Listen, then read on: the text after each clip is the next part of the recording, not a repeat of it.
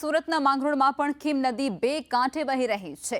નદી બે કાંઠે વહેતાની સાથે જ બ્રિજ પાણીમાં ગરકાવ થયો છે, જેમાં વેલાછી સેઠી ગામને જોડતો બ્રિજ ગરકાવ થયો છે। ખીમ નદીની જળસપાટી વધતાની સાથે જ પાણી ફરી વળ્યા છે। બ્રિજ પાણીમાં ગરકાવ થતા સ્થાનિકોને હાલાકી અવરજવર પર લાગ્યો છે રોક।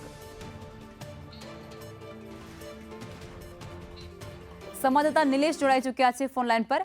નિલેશ, અત્યારે જે વરસાદી પાણી ભરાવાને કારણે ખીમ નદીના એક કોઝવે છે તે બંધ હાલતમાં છે અને સ્થાનિકોને મુશ્કેલી પડી રહી છે, શું છે સ્થિતિ?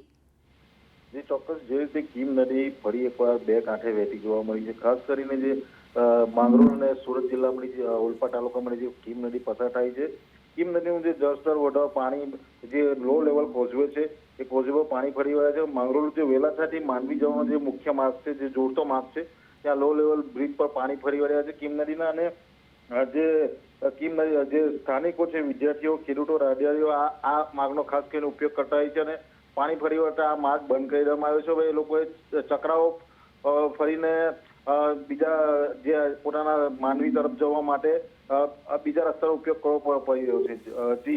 જી આભાર નિલેશ, આપ જોડાયા તે બદલ।